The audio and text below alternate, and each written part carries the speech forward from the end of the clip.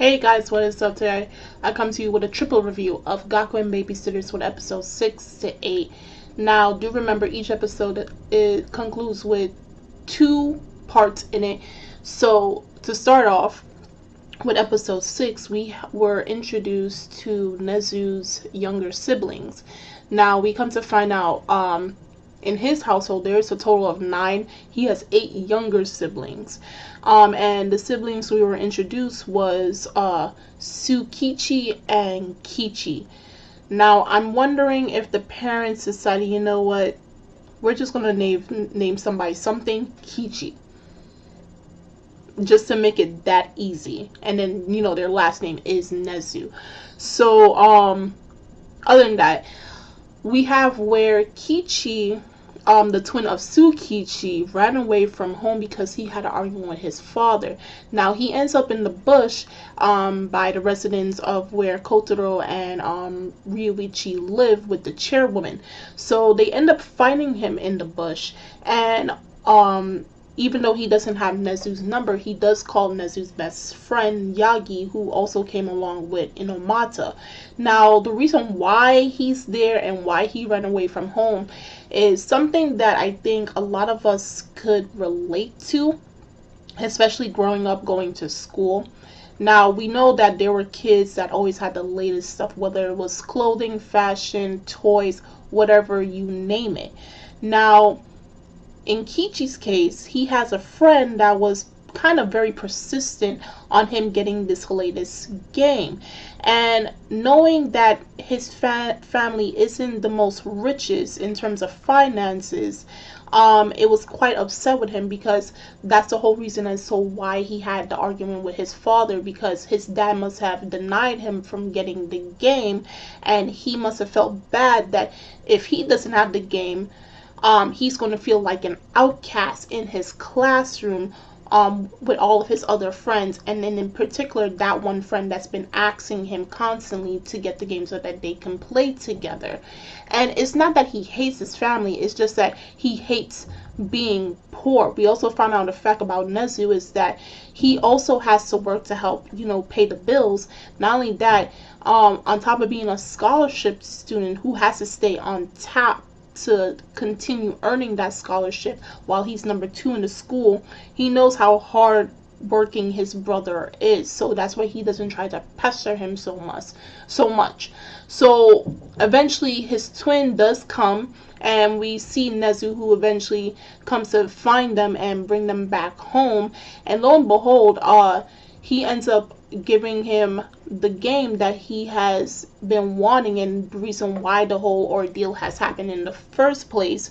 And how he got it was that they actually got a deal from a friend that they work for, so now he doesn't have to feel so bad. But at the same time, it's like, that part of the episode kind of felt, it hit home for possibly some of us, because I think a lot of us growing up being in school has faced those type of things, like almost like, in a sense, you would call it peer pressure, just to fit in with the crowd and to not feel like you're left out. So it ended off decent, and I'm glad that he got the game and everything, so I'm glad he's happy, and he also could share with his other siblings as well.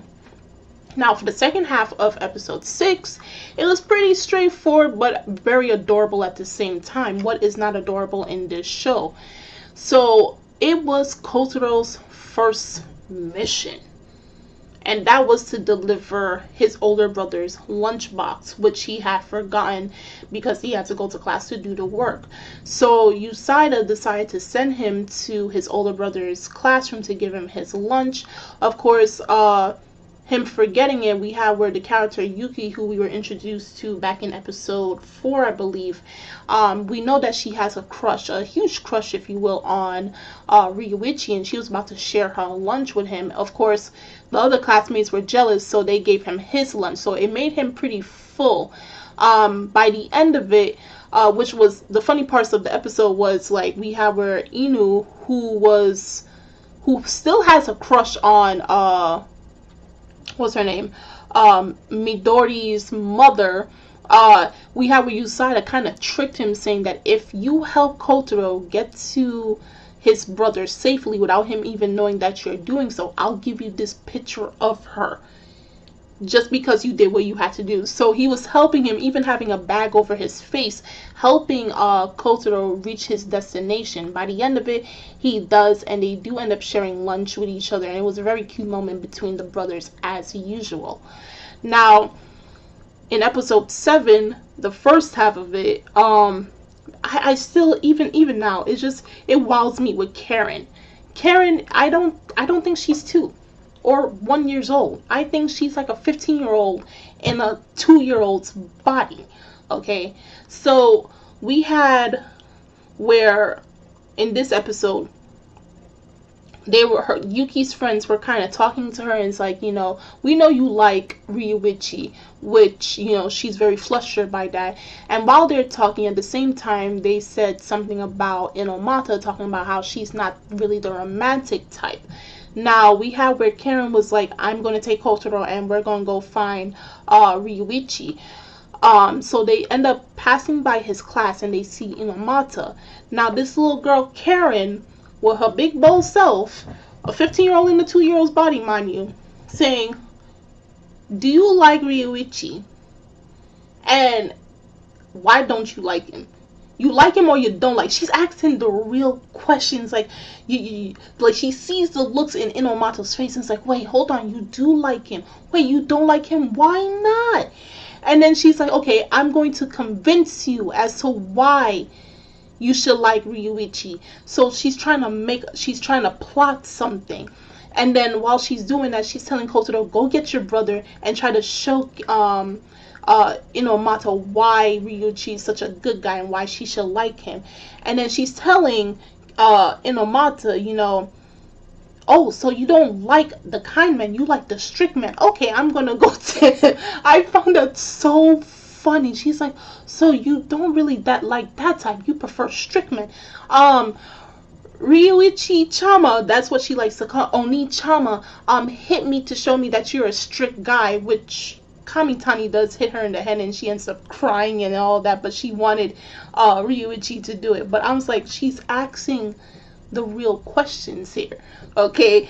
Which it wowed me, because I'm like, okay, if episode 4 didn't wow me enough with her character, or was it episode 5, the way she was talking to Taka about the whole witches versus superheroes, then definitely this episode did. Of course, this proved to us that Inomata does have feelings, because she's like, why every time I'm talking to him, why does it feel like my heart starts or it skips a beat? So it shows us that Inomata does have some type of feelings or romantic feelings towards Ryuichi, but she won't admit to them. She has, the typical hot, cold personality of tsundere. So it ends off with her not really telling Ryuichi of her feelings, but she doesn't hate him, as you come to find out. So the second half of the episode, actually, something that focused on the twins. Now, it's actually pretty rare, and something that we don't usually see from the previous episodes, was the twins were separated in episode 7. And the reason for that is because Kazuma was sick. He had a cold, so he had to stay home. And you saw the subtle hints in the episode showing that Takuma was missing Kazuma's presence, even though he's always the smiling one, he's the one that's joyful, versus Kazuma, who's always crying. So how you understood the subtle hints that he was missing his twin brother was he was always trying to hold on to Kotaro's hands or Taka's hands and trying to, in a sense, force himself to be happy. But you came to realize that when they were taking their nap, and then when he was waking up, he was searching around, he was tapping all over the place, hoping that he can touch his brother's hand and hold his hand. And when he realized that, he went outside, and that's when Kotaro realized that he was going outside. So he followed him in hopes that he can tell his brother that Takuma is outside. So Takuma's out there, and he's waiting by the gates, thinking that he may see his brother. Now, he's not sure that his brother will come or anything, but he's hoping for that. And when his brother does come through with the mom to pick him up, he actually starts to cry, because he was like, wow, I wish for my brother to get better, and he's actually better. And then you see the twins both crying, and what actually was possibly the sweetest moment of the entirety of the episode was for the fact that their personalities, just for a brief moment, switch. Whereas Cosmo will always be the one that's crying, he's the one laughing for seeing his brother after, he got over his cold. And Takuma, who's always laughing, is the one crying, glad at the same time. Is a lot of emotion built up in a little 2-year-old to see that his brother has actually gotten better. And at the end of the episode, it's better to see the twins together than separated. So that ended on a good note. Now, I would have to say episode 7, the first part of it, actually kind of relates with the first part of episode 8, because for the first time, someone actually confesses their feelings towards Ryuichi. They gave him a love letter. And so he has been, for the first half, really flustered. Like, he's not paying attention. His mind is up in cloud 9. He's not paying attention to anything. Not even when Kotaro went missing for a short while. So we even had moments where Saikawa even made red rice, which in Japan means for a celebration. So in this case, it was Ryuichi getting a love letter from a secret admirer. So we had the moment where because his head was still up in the clouds, because it was the same day that he was supposed to respond back to his admirer, he ended up losing Kotaro. So he ends up bumping into, he actually saw Inomata and Yuki, the same people who has feelings for him, one that's too shy to tell and the other who's trying to deny whatever feelings she has. So he ends up asking for their help to find him. And throughout that time that we see them walking, we see these trees filled with fruit. Now, it looks at first glance like lemon, but actually is tangerine. So Kotaro, for the whole time, for the first half of the episode 8, thinks that these tangerines look like lemons. And it goes back to episode 2 or 3, if my memory serves me correctly, when Ryuichi was cold and he had the fever, and he actually had to squeeze the lemon to make medicine out of it to give to his brother to get better. So he's thinking, okay, my brother must be sick. He can't tell the difference between his brother actually being flustered versus him being sick. So he thinks his brother is still sick or something. He got a cold again. And so possibly, I believe, hopefully it was Kamitani that helped him pick down the tangerine and to give to his brother. So at the end of the first part of episode 8, it's concluded that, romance right now is out of the question for Ryuichi. His main priority is his brother, because seeing as how he was distracted, he nearly lost his brother if it wasn't for the likes of Kamitani to be there to find him. So for now, love has to be pushed aside, and the main focus is on the little bro. Sorry, ladies, you'll have to have another chance. Now, the second half of episode 8, we have a little festival going on. So we have where Taka actually calls the phone, and then he's breathing hard into it because he's like, he doesn't know what to say. Saikawa picks up the phone, and he's like, the underwear I'm wearing is black. That's how you answer to a potential stalker on your phone. You tell them automatically what you're wearing and what color it is. I found that hilarious. But either way, he asks his Kotaro to join him to go to the festival that's happening around town. So while they're there, it was hinted first that Taka brought his sword, which we always see him with, and his brother was telling him, do not lose that sword or anything, because if you do, that's it. I'm not helping you. So for the whole time while they go get cotton candy, and there was like a sketchy looking guy with a vendor with the lottery and all of that. It was sketchy looking guy. Somehow, one way or another, Taka ends up losing his sword. So they end up trying to go retrace their steps trying to find it, and they go to the lost and found vendor where they see Yagi and Nezu, and of course the sword is not there. So it's like his brother gave him the ultimatum: is either we go search for the sword and still don't find anything, or you give up on it and we can buy something else for you. So Taka had to weigh this on his little mind, saying the sword or we continue to look for it.